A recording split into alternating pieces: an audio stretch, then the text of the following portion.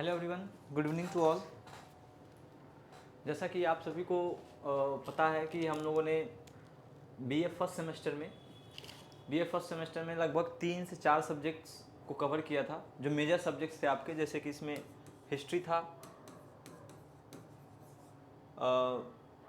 Political science था and आपका MIH, ये आपका एंसेंट हिस्ट्री था। ठीक है, तो ancient history, political science, MIH, ये सारे सब्जेक्ट्स जो थे इसके बीए फर्स्ट सेमेस्टर के क्लासेस एलयू अपडेट ऐप पर चले थे। तो उसी को कंटिन्यू करते हुए हम लोग अब 10 फरवरी से फिर से कंटिन्यू करेंगे वो क्लास। किसके लिए? बीए सेकेंड सेमेस्टर के लिए। ठीक है, तो बीए फर्स्ट सेमेस्टर का ऑलमोस्ट सारा एग्ज़ाम ख़त्म हो चुका है। अब जो क्लासेस स्टार्ट होंगी आपकी बीए सेकेंड सेमेस्टर के लिए, और सब्जेक्ट्स यही रहेंगे, history, ancient history, political science, MIH, और इसमें एक आध दो सब्जेक्ट और ऐड हो जाएंगे, जैसे इकोनॉमिक्स हो जाएगा एंड सोशियोलॉजी भी है इस बार, तो कुछ सब्जेक्ट्स इसमें ऐड हो जाएंगे। तो आप लोग जाके एलयू अपडेट ऐप पे या फिर आप गूगल पे जाएंगे, वहाँ से भी आप कोर्स बाई कर सकते हैं, या फिर आप ऐप पे भी जाके कोर्स बाई कर सकते हैं। एक मिनट में शो कर देता हूँ आपको कैसे करना है। यहाँ पे जाइए, एलयू अपडेट सर्च करेंगे,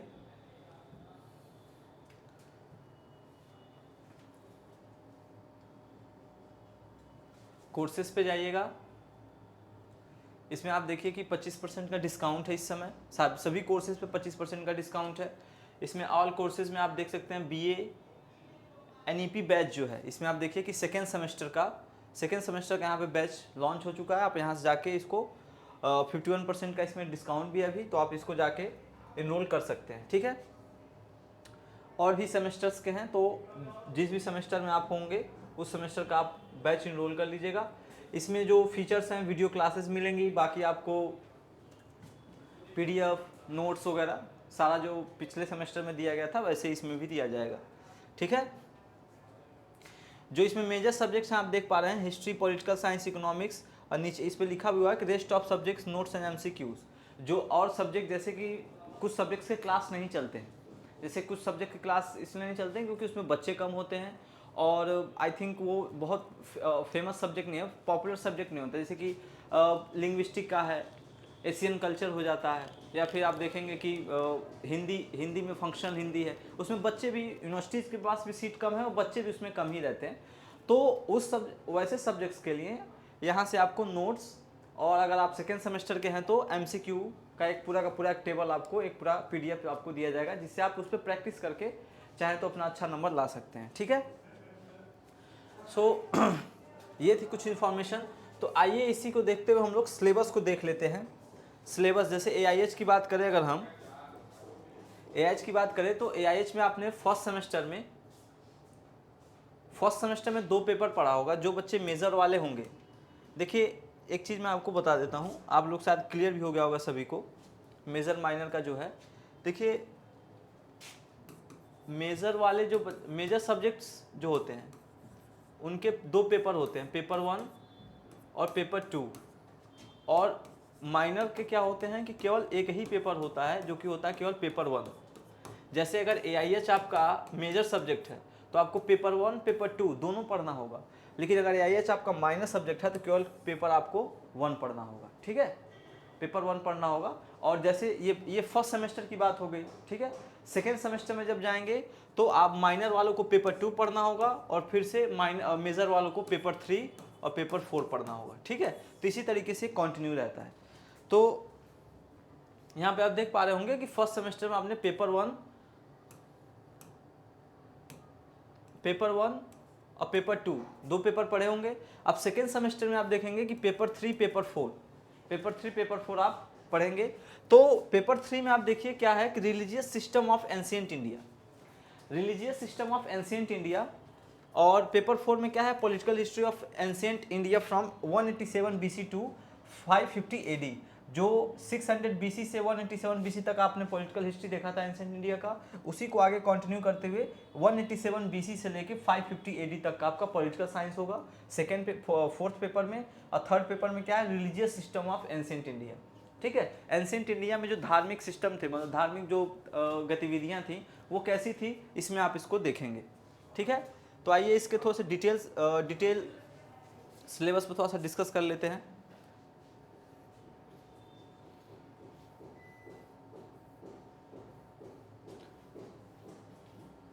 ये आपका फर्स्ट सेमेस्टर का था एंड देन ये आपका सेकेंड सेमेस्टर के यहाँ से स्टार्ट होते हैं। ठीक है,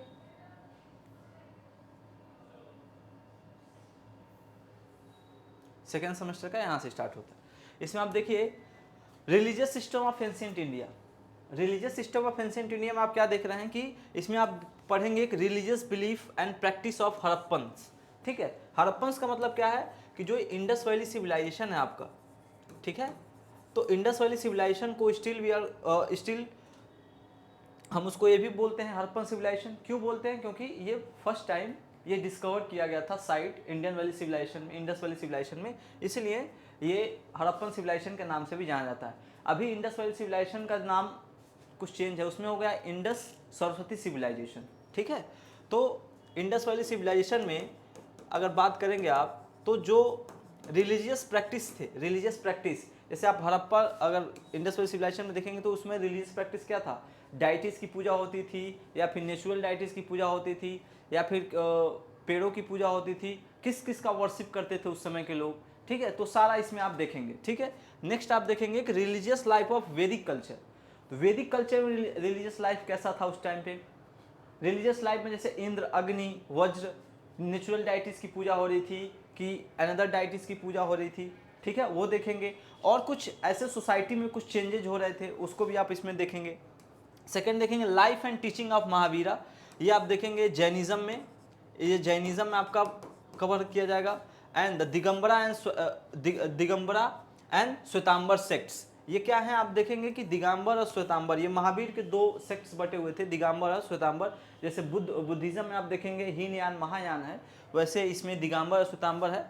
तो इसको भी आप हम लोग उसी में रिलीजियस प्रैक्टिस में ही देख लेंगे, क्योंकि ये भी धर्म से रिलेटेड था। इनिशियल फेज में आप देखेंगे कि बुद्धिज्म या जैनिज्म, इनिशियल फेज में जब जैसे बुद्धिज्म की बात करें तो इनिशियल फेज में जो बुद्धिज्म था वो कोई धर्म नहीं था, वो एक फिलॉसफी थी।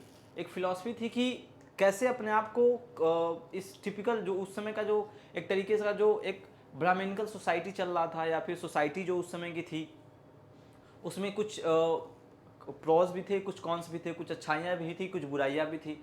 तो समाज के हर वर्ग का ये थोड़ा पॉसिबल नहीं हो पा रहा था कि समाज के हर वर्ग का इंसान उस सारे रिचुअल्स को फॉलो करते रहे। ठीक है, तो उसमें बहुत सारे चैलेंजेस आ रहे थे। तो लाइफ को कैसे एक स्मूथ तरीके से अगर आप जीना चाहें, तो बिना किसी मतलब बहुत ही ज़्यादा रिचुअल्स तरीके से अगर होता है ना कि इंसान आपका पूजा पाठ सब करते हुए जीवन होता है, एक नॉर्मल जीवन होता है, बस अपना कर्म करते रहते हैं, अपना जीते रहते हैं। तो जो बुद्धिज़्म था इनिशियल फेज में, वो रियल लाइफ की फिलॉसफी को दर्शा रहा था। लेकिन आने वाले विगत सालों में जैसे जैसे इसके फॉलोअर्स बढ़ते गए, उनमें भी कुछ अलग अलग के, अब ऑब्वियस सी बात है जब भीड़ इकट्ठा होती है तो अब उसमें मतभेद मनभेद चालू होने शुरू हो जाते हैं। उसमें कई सारे चेंजेस आने लगे। जब तक लॉर्ड बुद्धा या फिर गौतम बुद्ध जब तक थे तब तक तो ठीक था, लेकिन धीरे धीरे उसमें भी आप देखेंगे कई सारी चीज़ें अलग से उसमें ऐड करते चले गए। जैसे कि अगर बुद्धिज़्म की बात करेंगे तो उसमें एक कैनोनिकल और नॉन कैनोनिकल, एक धार्मिक बुक है, एक गैर धार्मिक। मतलब कि कैनोनिकल बुक में केवल 3 पिटक ही आते हैं, जैसे बिना पिटक, सुत्त पिटक, अभिधम पिटक। लेकिन अगर आप नॉन कैनोनिकल की बात करेंगे तो उसमें जाटक टेल्स है, दिव्यदना है, और दीपवंसा, महावंसा है। तो इस तरीके की किताबें हैं जो कि बुद्धिज़्म के बारे में बताती हैं। तो बुद्धिज़्म शुरुआत दिनों में तो कोई धर्म नहीं था, एक फिलॉसफी थी। बट धीरे धीरे क्या हुआ कि वो धर्म में कन्वर्ट हो गया। धर्म में कन्वर्ट कोई चीज़ तभी होता है जब इंसान किसी भी चीज़ को लेके भगवान बना दे। मतलब भगवान बनाने द सेंस क्या होता है कि लोग उस पर बहुत ही ज़्यादा बिलीव करने लगते हैं, उसके बियॉन्ड नहीं देखते हैं कि मतलब यही सत्य है और यही शुरू है, यही अंत है। इस तरीके की चीज़ें होने लगती हैं। तो आप जब बुद्धिज़्म आप देखेंगे तो शुरू से लेकर अंत तक जब आप लोग उसको पढ़ोगे तो आपको लग जाएगा कि हाँ कैसे कहाँ से स्टार्ट हुआ था और इसका क्या जो इम्पैक्ट था सोसाइटी के ऊपर क्या था। सेम वैसे जैनिज्म भी है। और ये जो बुद्धिज़्म और जैनिज्म है, इसमें आप देखेंगे कि कुछ राजाओं के द्वारा, जो उस समय के राजा थे, उन्होंने इसको अपनाया। जैसे बुद्धिज़्म फ्लोरिश पे कब हुआ? जब अशोक ने बुद्धिज़्म अपना लिया। देश विदेश, पूरे देश में जितना प्रांत था, जितने प्रांतों में, मतलब अशोक पूरा भारत के जितने भी प्रांत थे, सारे प्रांतों में बुद्धिज़्म को फैलाया गया, मतलब उसको प्रीच किया गया। उसके बाद से आप देखेंगे कि श्रीलंका में, देश विदेश में भी बुद्धिज़्म का परचम लहराया गया। तो आप जब देखेंगे कि जो अगर कोई राजा है, किसी चीज़ का किसी धर्म का फॉलोअर हो जाता है वो, तो उस धर्म में और चार चांद लग जाते हैं, क्योंकि अब राजा जब फॉलो करेगा तो प्रजा भी उस चीज़ को उसी तरीके से लेती है। ठीक है, इसमें आप देखेंगे कि सेम चीज़ है life and teaching of Mahavira and life and teaching of Gautam Buddha. ठीक है, लाइफ एंड टीचिंग का मतलब क्या है कि यहाँ पे जो जीवन था गौतम बुद्ध का, वो उन्होंने जो टीच किया, मतलब जो जो उन्होंने पढ़ाया उसके बारे में। अब उनके दो सेक्ट बचे हुए थे, कौन से? हीनयान और महायान, उसको भी देखेंगे। द आजीविकास, आजीविकास के बारे में भी हम लोग यहाँ पे देखेंगे। तो दो, फर्स्ट यूनिट और सेकेंड यूनिट में आप देखेंगे कि बेसिकली एक तरीके से रिलीजियस सिस्टम का इंट्रोडक्शन ही है। रिलीजियस सिस्टम का इंट्रोडक्शन, इसमें रिलीजियस बिलीफ आप देख रहे हैं, रिलीजियस बिलीफ देख रहे हैं। फिर आप वैदिक कल्चर में रिलीजन का क्या रोल था वो देखा, फिर महावीरा, फिर गौतम बुद्ध। उसके बाद से आप देखेंगे कि नेक्स्ट अगर आप नीचे और थोड़ा सा जाएं तो थर्ड में आप देखेंगे, थर्ड यूनिट में origin and development of Vaishnava sect. ठीक है, फिर से आप देखेंगे origin and development of Shaiva sect. ठीक है, ये क्या है? ये लॉर्ड विष्णु से रिलेटेबल होगा ये, और ये आपके लॉर्ड शिवा। ठीक है, तो इसे आप लोग देखेंगे। नेक्स्ट आप देखेंगे कि नेक्स्ट यूनिट में origin and development of Shakta sect, फिर antiquity and development of Ganapati worship in ancient India and origin and development of sun worship in India. तो एक तरीके से आप देखिए कि रिलीजियस में आप पूरी तरीके से उस समय के, चाहे नेचुरल डाइटी हो, चाहे वो कोई फिगरनीज हो, मतलब कि मूर्ति की पूजा की जा रही हो, सारी चीज़ों का आप यहाँ पे कंपाइलेशन देखेंगे इस पेपर में। ठीक है, इस पेपर में आपको पूरा का पूरा रिलीजियस सिस्टम पे ही कंपाइलेशन होगा। और रिलीजियस सिस्टम देखिए, जब हम लोग पढ़ेंगे आप लोग, तो उसमें कुछ जैसे कि ऐसा नहीं कि हड़प्पा से स्टार्ट करेंगे, तो रिलीजियस सिस्टम एंशिएंट इंडिया का जितना भी पार्ट है, जैसे कि आप हर्षवर्धन तक का जो टाइम पीरियड है, वहाँ तक एंशिएंट हिस्ट्री का डिवीजन है। तो पूरे के पूरे इतने बड़े, मतलब हड़प्पा से लेके और हर्षवर्धन तक के पीरियड तक का रिलीजियस सिस्टम इसमें कवर किया जाएगा। ठीक है, तो टाइम पीरियड का भी ध्यान रखिएगा, ऐसा ना हो कि बस ऐसा सोचे कि यार ये तो हमने पढ़ा ही नहीं, ये कैसे आ गया। तो पूरा का पूरा रिलीजियस सिस्टम का हो गया कि एंशिएंट इंडियन हिस्ट्री में जितना रिलीजियस सिस्टम पे चर्चाएं थी, वो सारा इस पेपर में आपको देखने को मिलेगा। नेक्स्ट आप देखेंगे, इसी में जब आप नीचे जाएंगे तो आपका जो पेपर 4 है, पेपर 4 कौन सा है? Political history of ancient India from 187 BC to 550 AD। इससे पहले आपने पढ़ा था 600 BC से लेके 187 तक। 600 BC क्या था? एक तरीके से क्या था? सेकेंड अर्बनाइजेशन फेज था, जहाँ पे महाजनपदास बने थे, जनपद, फिर महाजनपद। तो 600 BC से लेके 187 तक। अब उसमें आगे देखेंगे, आप आगे देखेंगे तो पहले आपने कहाँ तक देखा था? मौर्य डायनेस्टी तक। मौर्य डायनेस्टी मतलब आपको हिरियंग डायनेस्टी, शिशुनाग डायनेस्टी, नंद डायनेस्टी और मौर्य डायनेस्टी, ये 4 डायनेस्टी आप देखे थे कहाँ पे? मगध के। ठीक है, 4 डायनेस्टी आप देखे थे मगध में। मगध जो महाजनपदा था उसमें 4 डायनेस्टी थी। अब आगे की जो डायनेस्टीज हैं, जैसे कि आपका सुग्न डायनेस्टी, कण्व डायनेस्टी, सातवाहनास डायनेस्टी और सक्सेसर ऑफ सातवाहनास। ठीक है, जब हम लोग मौर्य डायनेस्टी पढ़ रहे थे तो मैंने बताया था कि मौर्य डायनेस्टी के बाद जो पोस्ट मॉडर्न पीरियड है उसके ये पार्ट्स हैं। ठीक है, ये ऐसा नहीं था कि ये थे नहीं, उस समय ये थे, लेकिन मौर्यन की सोवरेनिटी में थे। लेकिन जैसे मौर्य डायनेस्टी वीक होता है, वहाँ के रूलर्स कमज़ोर होते हैं, सक्सेसर्स अच्छे नहीं आते हैं, कॉम्पिटेंट नहीं होते हैं, तो वहाँ से फिर क्या होता है कि जो ये आपके इनके अंडर में जो राजा होते हैं वो अपने आप को इंडिपेंडेंट डिक्लेयर कर देते हैं। ठीक है, इसमें आप देखेंगे Mahameghavansha of Kalinga, political condition of southern India, the Indo Greek, the Indo Scythians and the Indo Parthians. ठीक है, ये सारा आप देखेंगे। ये देखो, दो इंडो ग्रीक ये क्या है? आप जैसे जब पोस्ट मौर्य पीरियड चल रहा था, पोस्ट मौर्य मतलब मौर्यन के बाद का जो टाइम पीरियड था, उसमें बाहर से भी इन्वेडर्स आना शुरू हो गए थे, क्योंकि नॉर्दर्न फ्रंटियर जो था, क्योंकि जब मॉडर्न पीरियड आप देखेंगे, मॉडर्न एम्पायर का पूरा नॉर्दर्न फ्रंटियर अफगानिस्तान तक का एरिया अपने अंडर में था उस टाइम पे। तो जैसे मौर्य डायनेस्टी कमज़ोर होती है तो प्रांतों में डिवीज़न होने लगते हैं, जो प्रांत के अधिकारी होते हैं वो अपने आप को सेपरेट कर लेते हैं मौर्य डायनेस्टी से। तो सेपरेट कर लेते हैं तो जो इन्वेडर्स होते हैं, जो उस पार के लोग होते हैं, उनको उनके लिए एक चांसेज हो जाता है कि भाई अब कमज़ोर है, इनको इन पे अटैक करके इनके एरिया को अपने अंदर मिला लिया जाए। तो उस तरीके के अटैक्स होते हैं, जैसे कि पहला अटैक होता है इंडो ग्रीक का, फिर सिंथियस पार्थिन का, फिर शक का, फिर कुषाणों का। तो इसमें आप देखेंगे, ठीक है। नेक्स्ट देखेंगे थर्ड यूनिट में origin and date of Kushan, ठीक है। Early Kushan ruler up to Vasudeva first, decline of Kushan power, successor of Kushan. And next आप देखेंगे इसी में आपको गुप्तास पीरियड। गुप्तास पीरियड कहा जाता है कि गोल्डन पीरियड था ये एंशिएंट इंडियन हिस्ट्री का, गोल्डन पीरियड। क्यों था गोल्डन पीरियड उसे भी देखेंगे, क्योंकि इस टाइम पे यहाँ पे, और ध्यान रखिएगा कि जो जो आपका वर्ण सिस्टम था, वर्ण सिस्टम जो इंट्रोड्यूस हुआ था वैदिक कल्चर में, जो कि आप देखेंगे कि लेटर वैदिक कल्चर में वर्ण सिस्टम कंप्लीट तरीके से आ जाता है, ठीक है। अर्ली वैदिक में तो 10th मंडला में उसका जिक्र है, बट अर्ली वैदिक में उतना वर्ण सिस्टम नहीं था उस समय, और जो हेरिडिटरी बेस पे नहीं था, वो ऑक्यूपेशन के बेस पे था, जो जैसा काम करता था उसको उस वर्ग में रखा जाता था। लेकिन जब आप लेटर वैदिक पीरियड की बात करेंगे तो वर्ण सिस्टम में आप देखेंगे कि अब जो वर्ण सिस्टम था ये it become caste system, casteism. यहाँ पे देखेंगे आप कास्ट सिस्टम में डिवीजन भी आपको यहाँ पे देखने को मिलता है, कास्ट, ठीक है। तो यहाँ पे देखेंगे कि Guptas the early king and Chandragupta second, Samudragupta सबसे कॉम्पिटेंट राजा आप देख सकते हैं कि समुद्रगुप्त थे। चंद्रगुप्त सेकेंड, इनको विक्रमादित्य भी माना गया है, मतलब इनको विक्रमादित्य भी बोला गया है, और ये भी बहुत ही ज़्यादा योग्य थे। कुमारगुप्त फर्स्ट, स्कंदगुप्त ये लास्ट रूलर थे जिन्होंने हुरों के अटैक से बचाया था।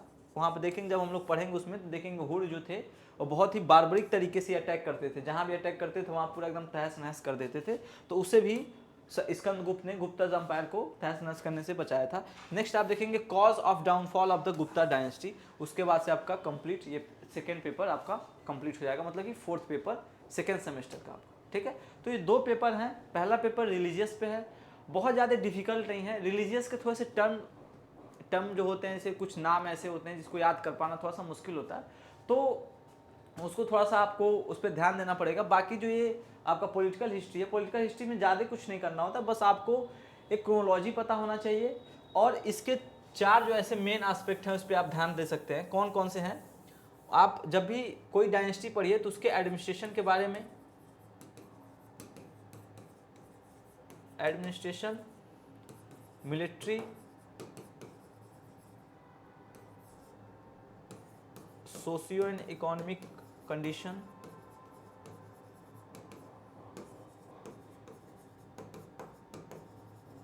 एंड रेवेन्यू, नहीं टैक्सेस, ठीक है। ये 4 मेजर होते हैं। हालांकि ये टैक्सेस इसी इकोनॉमिक कंडीशन में आ जाएगा, लेकिन आपको इतना आपको पढ़ना पड़ेगा इसमें, एडमिनिस्ट्रेशन के बारे में, मिलिट्री के बारे में, सोसाइटी के बारे में, उसमें कैसे कर लगाए जाते थे, टैक्सेस के बारे में, ठीक है। एडमिनिस्ट्रेशन में सब आ जाएंगे, सेंट्रल एडमिशन हो या फिर प्रोविंशियल लेवल पर एडमिनिस्ट्रेशन हो, जैसे मॉडर्न में आपने देखा था, वैसे गुप्ताज के भी थे, कुषाण को भी थे, आप शक जब आए थे उनके भी समय पर भी थे। तो ये सारा का सारा आप देखेंगे इसको प्रॉपर तरीके से। इसमें आप ये 4-5 ऐसे मेन एस्पेक्ट होते हैं जिस पर हम लोग ध्यान देंगे पढ़ते वक्त, आपके जितने भी जो भी डायनेस्टी हम लोग जब पढ़ेंगे तो, ठीक है। उसके बाद से नेक्स्ट आप एक जो MIH की बात करें, अगर हम लोग MIH की बात करें तो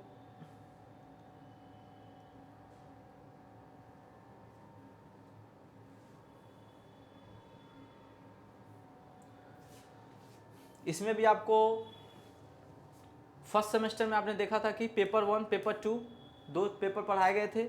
अभी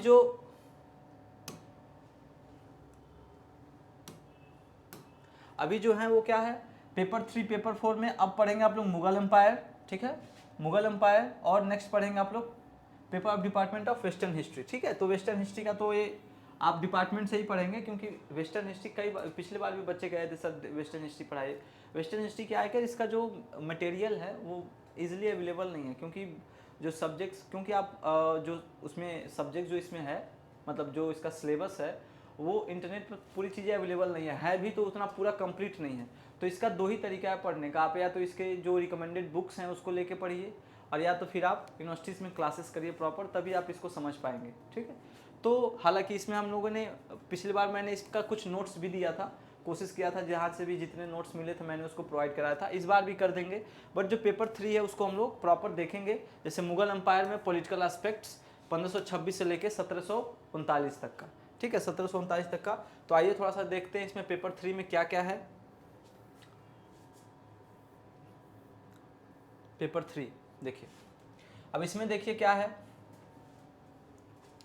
तो आपको क्या क्या देखना पड़ेगा। एविडेंट ऑफ बाबर, बाबर का भारत पे जो उसका आगमन था वो, मिलिट्री कॉन्क्वेस्ट ऑफ बाबर, ठीक है, हुमायूं और rise of Sher Shah Suri and his successor. ठीक है, तो ये चार आप देखेंगे कि चार ये मेन आपके पॉइंट्स हैं यूनिट फर्स्ट में, जिसको हम लोग देखेंगे। एविडेंट ऑफ बाबर देखेंगे, फिर बाबर के द्वारा लड़ाइयाँ देखेंगे, कौन कौन सी लड़ाई उसने लड़ी, ठीक है, किसके खिलाफ लड़ा। फिर आप देखेंगे कि यहीं से मुगल एम्पायर का जो फाउंडेशन था यहीं से रखा गया था, मुगल्स का जो फाउंडेशन था बाबर से ही रखा गया। फिर आप देखेंगे कि हुमायूं, ठीक है, हुमायूं जो थे वो बीच में शेरशाह सूरी के द्वारा इनको खदेड़ दिया गया था, ठीक है, एग्जाइल कर दिया गया था। लेकिन बाद में फिर से ये जो बाद में फिर से क्या होते हैं, हुमायूं आते हैं, उसके बाद से फिर अकबर जब आते हैं तो अकबर शेरशाह सूरी को भी ख़त्म कर देते हैं। ठीक है, तो आप देखेंगे कि यहाँ पे शेरशाह सूरी जो था, शेरशाह सूरी वो लोधी के ही डायनेस्टी से बिलोंग करते थे। इसकी वजह से इनका खुंदस था, क्योंकि बाबर ने क्या किया था, लोधी डायनेस्टी के जो लास्ट जो रूलर थे इब्राहिम लोधी, उसको मार के मुगल एम्पायर का फाउंडेशन रखा था। तो उस चीज़ को इन्होंने फिर से रिवाइव किया था और सूरी एम्पायर इन्होंने बनाया था। वो हम लोग क्लास में जब देखेंगे तो इसमें देख लेंगे। ठीक है, नेक्स्ट आप देखेंगे कि अकबर, बैरम खान, ठीक है, expansion of Mughal empire, Jahangir, political development. ठीक है, उसके बाद से आप देखेंगे नीचे आएंगे, political development under the Shah Jahan and Aurangzeb. Shah Jahan और औरंगजेब के अंडर में कैसे पॉलिटिकल डेवलपमेंट हुए, जैसे Shah Jahan Aurangzeb. War of succession, war of succession का मतलब क्या होता है, तख्त के लिए लड़ाई करना। ठीक है, कि अगली बार जैसे कि एक राजा बैठा हुआ है तो अगली बार इसका उत्तराधिकारी कौन होगा, उसका बड़ा बेटा होगा कि छोटा बेटा होगा। अगर कोई नहीं समझ आ रहा है तो फिर छोटे और बड़े बेटे लड़ते थे तो जो मिलिट्री के लोग होते थे या फिर जो नोबल्स हुआ करते थे उसका बेनिफिट लेते थे। ठीक है, वो सपोर्ट एक दूसरे को करके, और ऐसे ही राजनीति होती थी उस टाइम पे। तो ये भी हम लोग देखेंगे। एक्सेशन ऑफ औरंगजेब, औरंगजेब का एक्सेशन, कॉन्क्वेस्ट एंड एक्सपेंशन। ठीक है, तो जो कॉन्क्वेस्ट और एक्सपेंशन था आप देखेंगे कि औरंगजेब का वो देखेंगे कि औरंगजेब मराठा से लंबा स्ट्रगल करता है। ठीक है, मराठा से भी लंबा स्ट्रगल चलता है औरंगजेब का। उसके बाद से आप देखेंगे कि औरंगजेब के जाते ही एक तरीके से जो मुगल्स था वो ताश के पत्तों की तरफ बिखर गया था, एकदम लगभग बिखर ही गया था, क्योंकि जो रूलर आए थे वो इतने कॉम्पिटेंट थे नहीं, और थे कुछ तो थे उसमें भी, लेकिन उस समय की जो रिसोर्सेज थी या फिर उस समय का जो उनका अवेयरनेस था वो बहुत कम था। और सबसे बड़ी चिंता की बात ये हो गई थी जब इनकी आर्मी जो थी, इनकी आर्मी बहुत विशाल आर्मी थी मुगल्स की, और जब रेवेन्यू आता नहीं था, पैसे आ नहीं रहे, लेकिन आर्मी के खर्चे बढ़ते जा रहे हैं। ठीक है, तो आर्मी के द्वारा भी विद्रोह था, आर्मी के अंदर भी फूट था। और आपको जब हम लोग पढ़ेंगे तो इसमें देखिएगा कि जो आर्मी थी ये ऐसा नहीं था कि एक आर्मी है, स्टैंडिंग आर्मी है, ये कुछ अलग अलग जगहों के, अलग अलग प्रांतों के आर्मी को कंसोलिडेट करके लड़ाई करते थे। ठीक है, तो धीरे धीरे जब पैसे कमी होने लगी तो प्रॉपर तरीके से जब आर्मी एक दूसरे से कोरिलेशन हो ही नहीं रहे थे, तो उस तरीके के जो एक एक्सरसाइज जो होता है ना, एक्सरसाइज नहीं था इन लोगों के बीच में, कोई अभ्यास नहीं था। तो इससे क्या होता था कि कोई भी लड़ाई लोग जीत भी नहीं पाते थे, और इनके पास कोई इनोवेशन तरीका नहीं था, वही पुराने तरीके से लड़ रहे थे। और जो अंग्रेज थे उनके पास प्रॉपर तरीके के गन पाउडर, हालांकि इनके पास भी था, लेकिन उस तरीके के टेक्निक्स नहीं यूज कर पा रहे थे। आप देखेंगे किस तरीके से एक छोटी सी एक कंपनी जो आई थी ट्रेड करने भारत में, वो कैसे लगभग 25% इंडिया पे कैसे कॉन्कर कर लेती है, 25% लैंड पूरा इंडिया का कॉन्कर कर लेती है। और ऐसा वैसा नहीं कि कहीं का कर ले, वो एकदम पोर्ट सिटीज़ जो थे, जहाँ जहाँ से पैसे रेवेन्यू बहुत अच्छे बनते थे भारत में, वहाँ पे उसने कॉन्कर किया था। और इतनी बड़ी आर्मी लेके, इतने बड़े सेना लेके कैसे ये लोग हारते हैं, क्या चीज़ें थी, वो सब हम लोग क्लास में देखेंगे। ठीक है, ये थोड़ा सा मज़ेदार भी लगता है ये सब पढ़ के, थोड़ा सा आपको हिस्ट्री के बारे में पढ़ना चाहिए, देखना चाहिए कि कौन कौन सी गलतियाँ होती थी। जैसे कि इल्तुतमिश इल्तुतमिश के टाइम पे एक मैंने इंसिडेंट बताया था कि जलालुद्दीन मकबरानी जो ख्वारिज़ एम्पायर का एक प्रिंस हुआ करता था, तो जब मंगोलों ने उनके ऊपर आक्रमण किया तो वो जो आपका मुल्तान वाला एरिया था, क्योंकि उसमें इल्तुतमिश के अंडर में आ रहा था, तो वो उधर शरण लेने के लिए इल्तुतमिश से परमिशन मांगा, लेकिन इल्तुतमिश ने मना कर दिया कि नहीं, आप अभी इधर मत आओ, क्योंकि अगर आप इधर आओगे तो चंगेज़ खान अंदर आएगा, क्योंकि मंगोल को लीड कौन कर रहे थे, चंगेज़ खान। ये अंदर आएगा तो फिर वहाँ से फिर जो वैसे ही हम लोग अभी सेटल्ड हो रहे हैं धीरे धीरे, तब तक आप मंगोलों को अगर इन्वाइट कर दिए तब तो फिर दिक्कत ही हो जाएगी, आपके चक्कर में हम अपना पूरा साम्राज्य क्यों लुटा जाए। तो वहाँ पे रोक दिया था। लेकिन अगर थोड़ा सा और हिस्ट्री का थोड़ा सा और आगे अगर मॉडर्न हिस्ट्री की बात करें तो आप देखेंगे कि जैसे मीर कासिम जो बंगाल का नवाब हुआ करता था, जो कि अंग्रेज़ों के हेल्प के द्वारा बनाया गया था, तो वो मीर कासिम जब अंग्रेज़ों ने उस पर थोड़ा सा दबाव बनाया और ईस्ट इंडिया कंपनी का दबाव हुआ कि मुझे और पैसे चाहिए और रेवेन्यू बना के दो, और कुछ उसको लिमिटेड एरिया ही सौंपे गए थे, रेवेन्यू वाले एरिया उसके पास हो गए थे आपके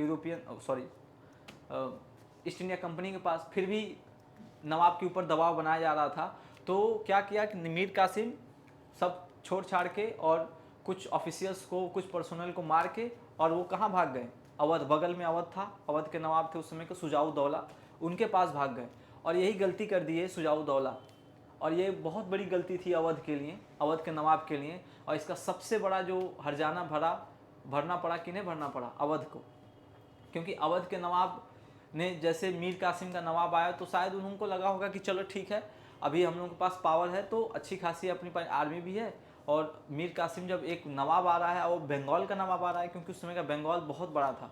आजकल का आप देखेंगे बिहार का किशनपुर या किशनगंज एक ज़िला है, उससे सटे हुए पूरा एरिया जो आप देखेंगे, झारखंड का एरिया, छत्तीसगढ़ और ये बांग्लादेश, ये सारा एक बंगाल में ही, बंगाल प्रोविंस में ही था।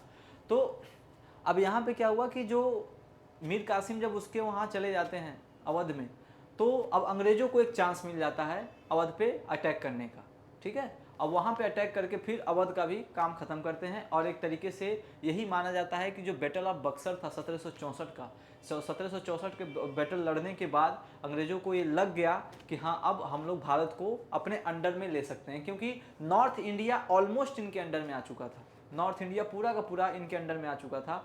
और साउथ इंडिया में तो अभी आप देखें कार्नेटिक वार के थ्रू तो चल ही रहा था, फ्रेंच और उनका ईस्ट इंडिया कंपनी का वार चल ही रहा था। उसमें आप देखिए, उसमें हम लोग देखेंगे कार्नेटिक वार में, जब वो मॉडर्न हिस्ट्री का पार्ट है। तो इस तरीके के हिस्ट्री से आप कुछ सीख भी सकते हैं, जैसे कि अगर उस समय अगर हिस्ट्री पढ़ाया जा रहा होता, अगर पढ़ते होते तो शायद मीर कासिम को एंट्री ना देते ये, अगर इनको पता होता कि ऐसा कुछ हो जाता, क्योंकि इल्तुतमिश ने भी एंट्री नहीं दिया था, इसके वजह से इल्तुतमिश का एम्पायर बचा रहा।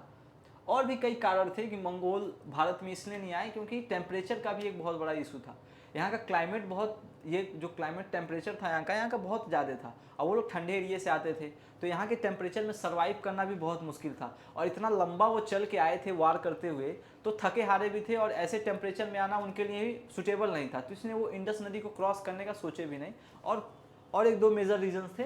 लेकिन एक तरीके से आप देखेंगे कि हिस्ट्री से अगर आपको सीख सकते हैं तो बहुत सी चीज़ें हैं कि आप उसको, थोड़ी छोटी छोटी बारीक चीज़ें होती हैं, बहुत ज़्यादा डिटेलिंग नहीं है, बट उससे बहुत चीज़ें आप सीख सकते हैं, और दैनिक जीवन में आप उसको अप्लाई करेंगे तो बहुत बेहतर भी हो सकता है।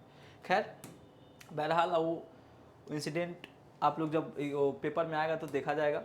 नेक्स्ट आप देखेंगे कि crisis of Mughal empire. Mughal empire में कौन कौन से क्राइसिस आए? Rise of Marathas under Shivaji ji, Aurangzeb relation with Marathas,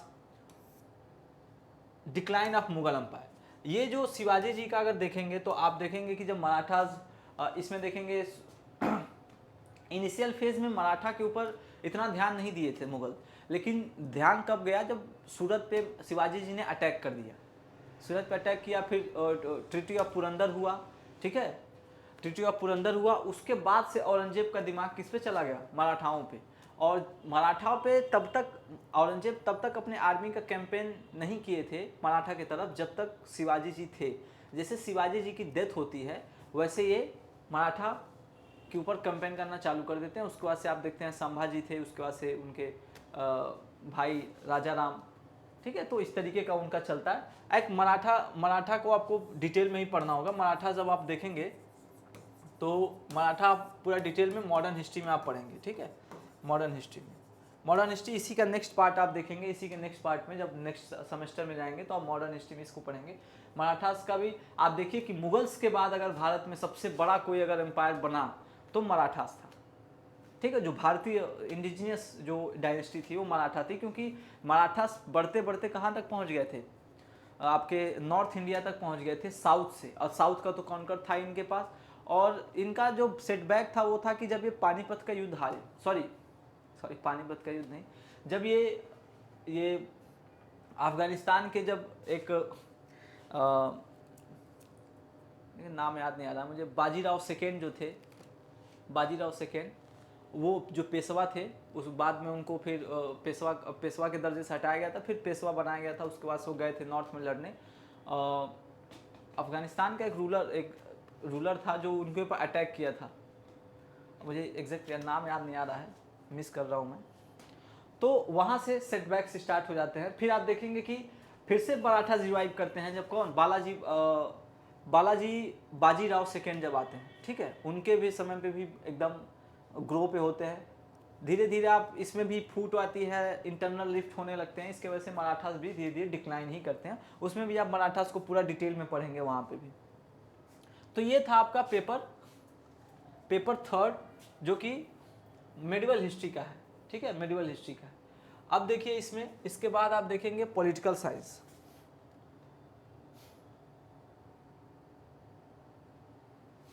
अगर पॉलिटिकल साइंस की बात करें हम लोग तो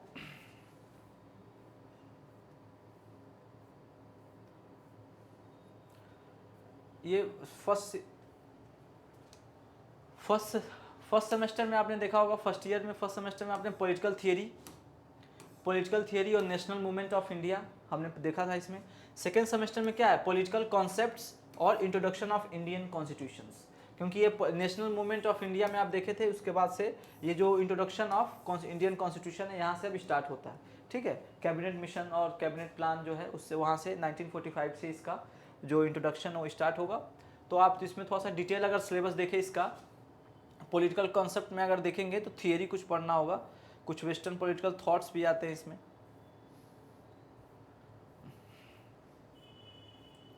कहाँ गया यार,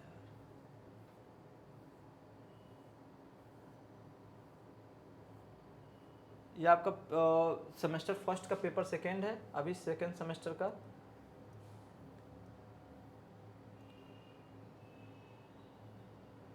देखिए सेकेंड सेमेस्टर का पेपर फर्स्ट पॉलिटिकल कॉन्सेप्ट, तो इसमें क्या क्या है, यूनिट फर्स्ट में आप देखेंगे पॉलिटिकल कॉन्सेप्ट में कॉन्सेप्ट ऑफ सोवरेनिटी का मतलब क्या होता है, संप्रभुता का मतलब क्या होता है, इसमें देखेंगे मोनिस्ट और प्लूरिस्ट, ठीक है।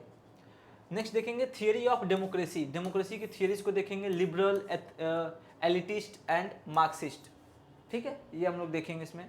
यूनिट सेकेंड में आप देखेंगे फॉर्म्स ऑफ गवर्नमेंट का कुछ फॉर्म्स देखेंगे, जिसमें पार्लियामेंट, प्रेसिडेंट, यूनिटरी और फेडरल, ठीक है। ये फेडरल जो है, यूनिटरी जो है, ये अभी का जो सेंट्रल गवर्नमेंट और स्टेट गवर्नमेंट की बात होती है, ये आगे चल के यही हो जाते हैं, सेंट्रल स्टेट हो जाते हैं। इसको भी आप देखेंगे कैसे क्या क्या चेंजेज होते हैं। नेक्स्ट आप देखेंगे इसमें public opinion, political parties, pressure groups, ठीक है। नेक्स्ट देखेंगे इसमें यूनिट में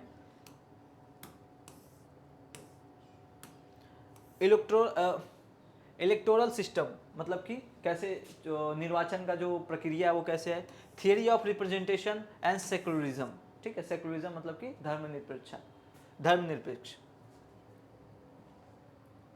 नेक्स्ट आप देखेंगे इसमें, देखिए जो ये पेपर है ये कहीं ना कहीं पॉलिटिकल साइंस को कंप्लीट तरीके से, जैसे पॉलिटिकल कॉन्सेप्ट जो है इसको आप जब पढ़ेंगे तो आपको रियल पॉलिटिकल साइंस का जो मीनिंग है ना, इससे पता चलता है क्या क्या चीज़ें, जो टर्म है उसका क्या क्या चीज़ें होती है। जैसे मार्क्सिस्ट कोई लोग हो जाते हैं, कई लोग मार्क्सिस्ट विचार के होते हैं, कई लोग लिबरल होते हैं, तो क्या है ये सब, लिबरल क्या है, लिबरल का मतलब होता है फ्रीडम, और भी है एलिटिस्ट है, एलिटिस्ट का मतलब होता है high class.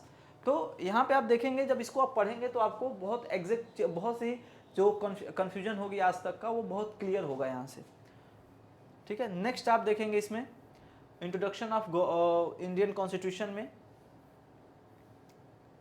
Introduction of Indian constitution की बात करें अगर हम, तो पहला यूनिट देखिए इसमें, आप पहला यूनिट देखिए इसमें making of Indian constitution, M N Rao, B N Rao, recommendation कौन कौन दिया था, तो ये आप देखेंगे making of Indian constitution, salient feature of Indian constitution, fundamental rights and duties, fundamental rights duties, फिर अमेंडमेंट्स आर्टिकल्स, ठीक है।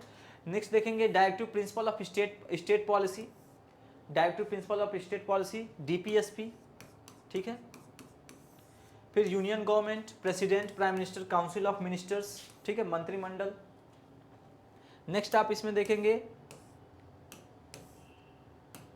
यूनिट 3 में Indian parliament, Lok Sabha, Rajya Sabha, law making process in India, Indian judiciary, supreme court, high court.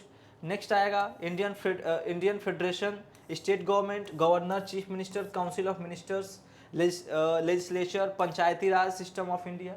ये सारा देखिए एक तरीके से आपका कॉन्स्टिट्यूशन में जो आप अगर इसके लिए जो बेस्ट बुक है, हालांकि बहुत सी किताबें हैं मार्केट में आप जिसको जहाँ से कवर कर सकते हैं, लेकिन ऑलमोस्ट जो सभी रिकमेंड करते हैं एम लक्ष्मीकांत, वहाँ से ये जो जितने भी टॉपिक हैं इसमें ये शायद चैप्टर वाइज आपको वहाँ पे देखने को मिल जाएंगे एम लक्ष्मीकांत में। हालांकि इसमें कुछ रेफरेंस भी दिया गया है, उसमें आई थिंक रेफरेंस में नाम भी होगा उनका। देखिए एक डी बसु जी का बुक है introduction of constitution of India, ये बहुत अच्छी बुक है। अगर आप कभी यूपीएससी या फिर किसी सिविल सर्विसेज की तैयारी में, मतलब स्टेट पीसीएस या फिर यूपीएससी की तैयारी में करना है तो डी बसु जी की किताब जरूर पढ़िएगा, ठीक है। डी बसु जी की किताब बहुत बेस्ट है, और भी सारी किताबें बेस्ट हैं, लेकिन ये थोड़ा सा अच्छी किताब है, आप इसको पढ़ के देखिएगा एक बार। BN राव, सैयद असम, ठीक है। BN Rao, Indian constitution is making, भारतीय राजनीतिक व्यवस्था सॉरी। देखिए इसमें आप ये जो किताबें हैं, ये किताबें आप लाइब्रेरी से एक्सेस कर सकते हैं। जो भी बच्चे यूनिवर्सिटीज़ में हैं वो लाइब्रेरी से एक्सेस करके किताबें देख सकते हैं। यहाँ किताबें आपको लाइब्रेरी में अवेलेबल हैं आप वहाँ से लेके उसको पढ़ लीजिए, चैप्टर वाइज उसको पढ़ लीजिए। उसको ऐसा आप पिक वगैरह लेके, उसका पिक्चर वगैरह लेके चाहे तो अपने फ़ोन में सेव भी रख सकते हैं। फर्दर आप कभी भी आपको पढ़ना हो तो आप उसको पढ़ सकते हैं।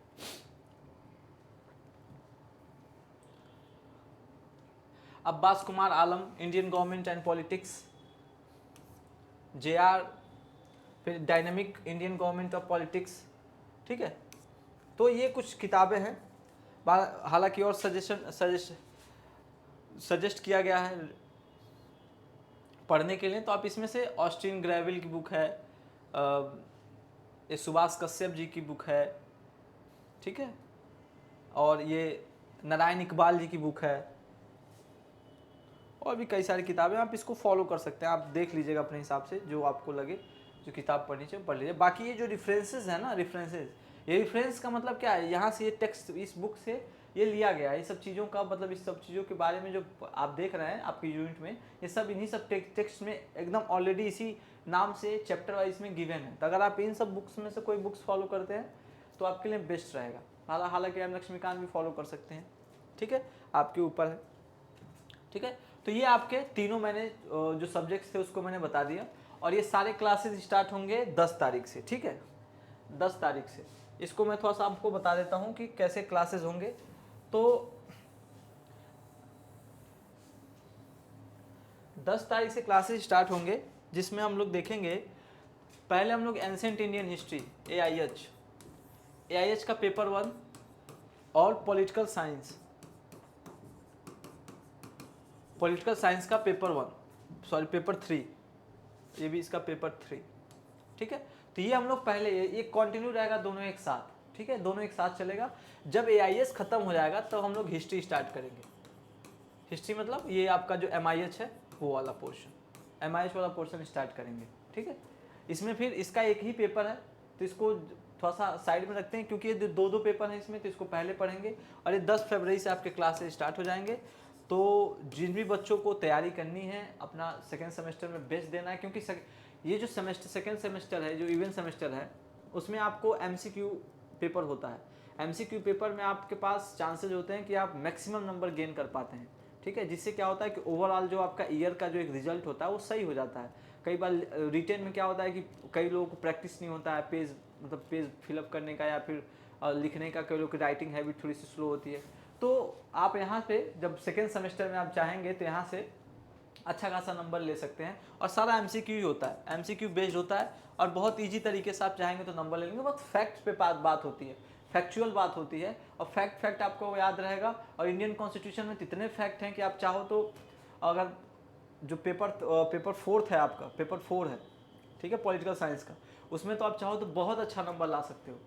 बस आप एक बार बस कॉन्स्टिट्यूशन जो एक कोई स्टैंडर्ड बुक ले लीजिए, यहाँ से पढ़ाई जा रही चीज़ें वो पढ़ लीजिए, नोट्स फॉलो कर लीजिए, आपका मैक्सिमम नंबर आएगा। हो सकता है 100 में से 100 नंबर भी आ जाए, ठीक है। हालांकि काफ़ी बच्चों का आता भी है, जो आपका इवेंट सेमेस्टर होता है उसमें काफ़ी बच्चे अच्छा स्कोर करते हैं, कई लोगों का 95% आ जाता है, 95%, 90%। मेरे साथ के कुछ बच्चे पढ़ते थे, उनके 90% आते थे। हालांकि मेरे तो कभी नहीं आए, बट आते हैं बच्चों के नंबर, ठीक है। सो ये था कुछ इन्फॉर्मेशन, बाकी मैंने बता दिया। जिनको भी कोर्स इनरोल करना है, आप एलयू अपडेट ऐप को डाउनलोड कर लीजिए, अदरवाइज आप गूगल पे जाके एलयू अपडेट सर्च करेंगे, कोर्सेज में जाएंगे, यहाँ पे BA NAP में जाएंगे तो आप देखेंगे सेकेंड सेमेस्टर का यहाँ पे आपका कोर्स लगा हुआ है। यहाँ से आप डिटेल देख के यहाँ से आप चाहें तो देख सकते हैं। इसमें देखिए, इसमें क्या क्या है, इस सारे डिटेल इसके दिए गए हैं। इसमें देखिए रिकॉर्डेड लेक्चर हैं, कंप्लीट सिलेबस कवरेज है, प्रीवियस ईयर क्वेश्चन पेपर है, रेगुलर टेस्ट परफॉर्मेंस एनालिसिस है, smart study resources, maximum output, minimum stress, ये सब चीज़ें हैं, ये सब आप इसमें देख सकते हैं। तो यहाँ से आप चाहें तो इसको इनरोल कर सकते हैं, बहुत ज़्यादा प्राइस भी नहीं है इसका, ठीक है। तो ये कुछ इन्फॉर्मेशन था जो मैंने आपको दिया। एंड अगर आप किसी को कोई प्रॉब्लम हो या कि कोर्स रिलेटेड कोई प्रॉब्लम हो तो आप इस नंबर पे आप कांटेक्ट कर सकते हैं, 8400122296, ठीक है। इस नंबर पे आप कांटेक्ट कर लीजिएगा अगर आपको कोर्स से रिलेटेड कोई डाउट हो या फिर आपको प्रिपरेशन के दौरान कुछ दिक्कत हो रही हो। और जो बच्चे इंट्रेंस के लिए भी तैयारी कर रहे हैं उनके लिए भी है, आप इंट्रेंस के लिए भी इस नंबर पे कांटेक्ट कर सकते हैं किसी भी फर्दर इन्फॉर्मेशन के लिए, ठीक है। So take care to all, bye bye.